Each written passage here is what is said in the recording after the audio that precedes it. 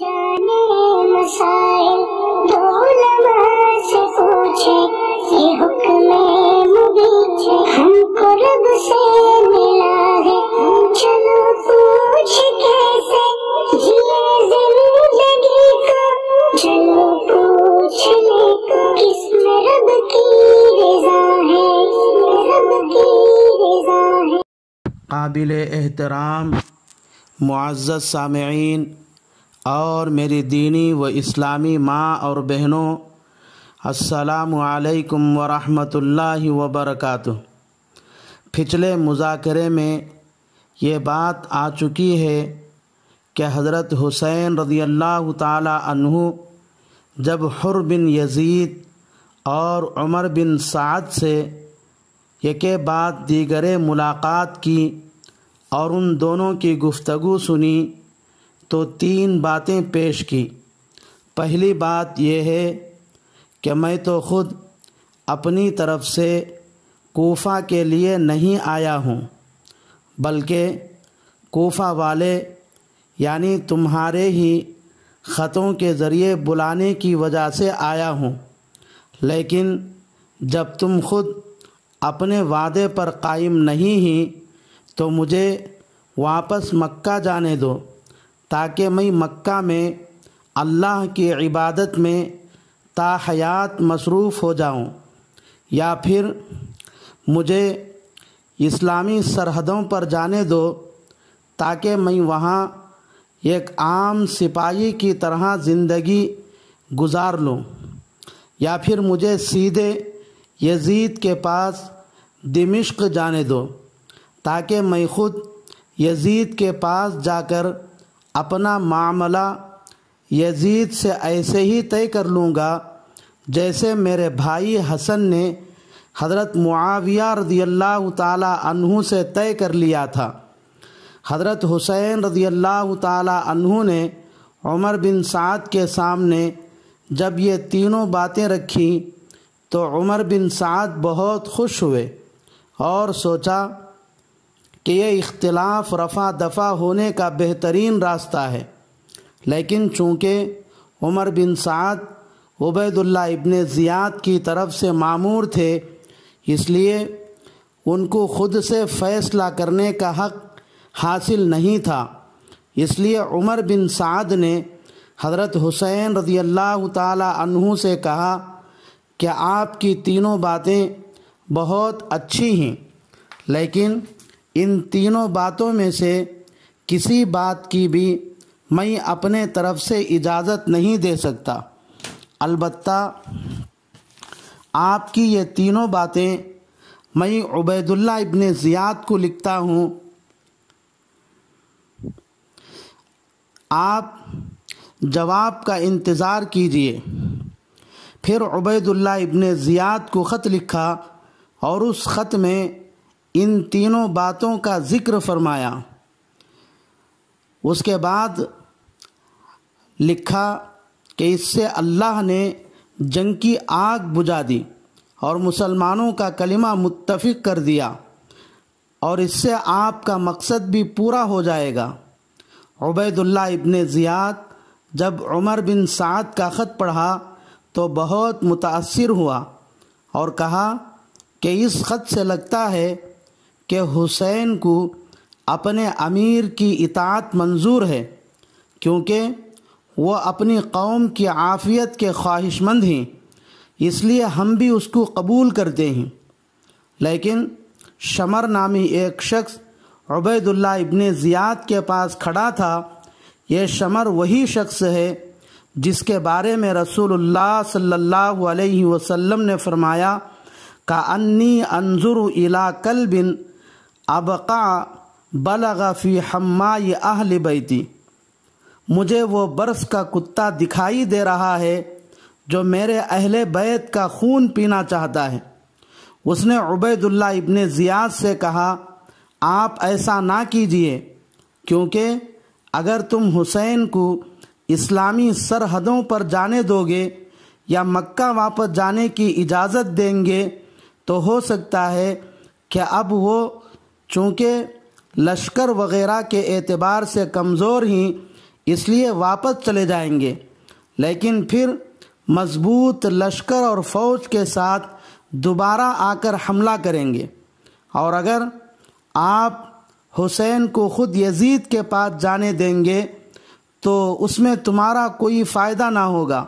البتہ حسین فائدے میں رہیں گے، کیونکہ حسین یزید کے رشتہ دار ہیں۔ اگر حسین یزید کی اطاعت قبول کر لیے اور کسی بڑے عہدے کی فرمائش کر لیے تو یزید راضی ہو جائے گا، پھر حسین کا مقام اور مرتبہ تمہارے سے زیادہ ہوگا۔ اس لیے چونکہ حسین اب آپ کے قابو میں ہو چکے ہیں، اس لیے آپ اس کا فائدہ اٹھائیے اور حسین کو پہلے تمہارے پاس آنے اور تمہارے ہاتھ پر یزید کی خلافت کے لیے بیعت کرنے پر مجبور کرے، پھر تم اپنی نگرانی میں حسین کو یزید کے پاس روانہ کرے، اس سے تمہارا مقام اور مرتبہ یزید کے پاس زیادہ ہو جائے گا۔ عبید اللہ ابن زیاد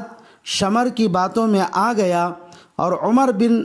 سعد کو خط لکھا، اور اس خط میں یہ لکھا کہ حسین کی تینوں باتیں منظور نہیں ہیں، بلکہ حسین سے کہیے کہ وہ پہلے میرے پاس آ کر میرے ہاتھ پر یزید کی خلافت کے لیے بیعت کرے۔ اگر حسین میری اس بات سے اتفاق کرتے ہیں تو ان کو صحیح سالم میرے پاس پہنچا دو، اور اگر حسین میری بات کا انکار کرتے ہیں تو تم فوراً ان سے جنگ کرو، حسین کو قتل کر دو، اور قتل کے بعد ان کا مسئلہ کرو، پھر ان کے جسم کو گھوڑوں کے ٹاپوں سے رون ڈالو۔ اگر تم ہمارے کہنے کے مطابق کرو گے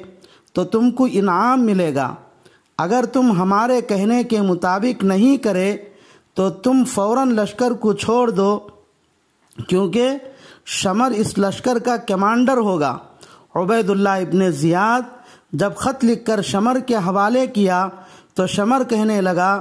عبید اللہ، میں اس خط کو اور اس ذمہ داری کو قبول کرنے کے لیے ایک شرط ہے، وہ شرط یہ ہے کہ حسین کے ساتھ میری پھوپھی ذات 4 بھائیاں ہیں، عباس، عبید اللہ، جعفر اور عثمان، ان چاروں کو امان دینا ہوگا۔ عبید اللہ ابن زیاد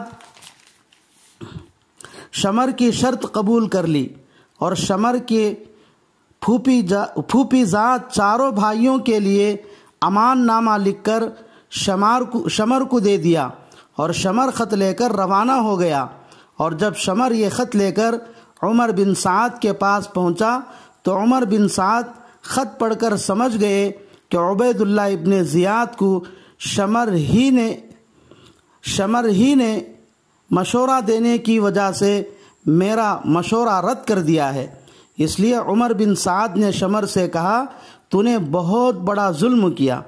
کیونکہ اختلافات ختم ہو کر مسلمانوں کا کلمہ متفق ہو رہا تھا، لیکن تو نے اس اتفاق اور اتحاد کو ختم کر کے قتل و قتال کا بازار گرم کر دیا۔ پھر چونکہ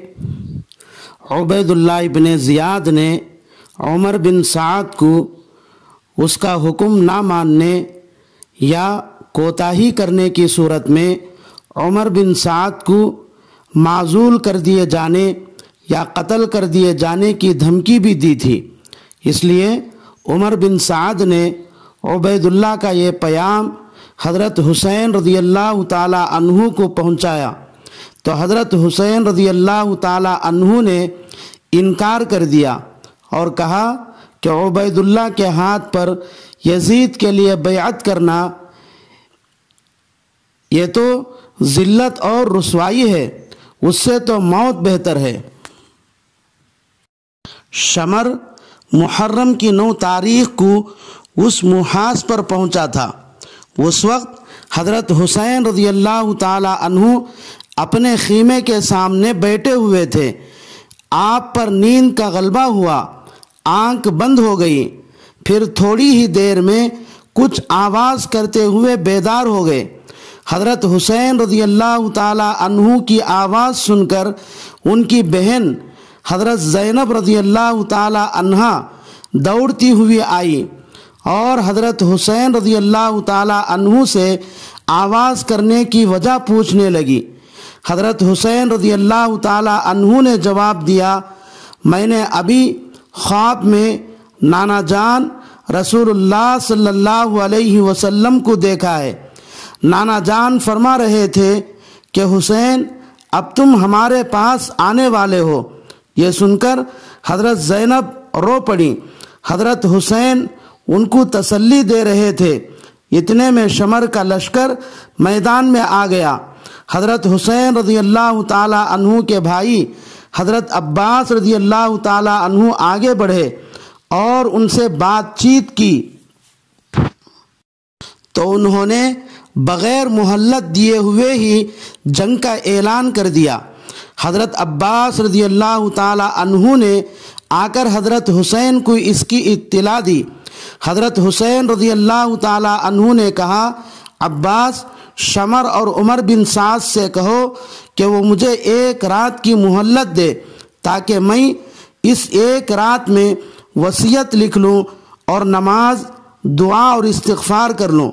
شمر اور عمر بن سعد نے لوگوں سے مشورہ کرنے کے بعد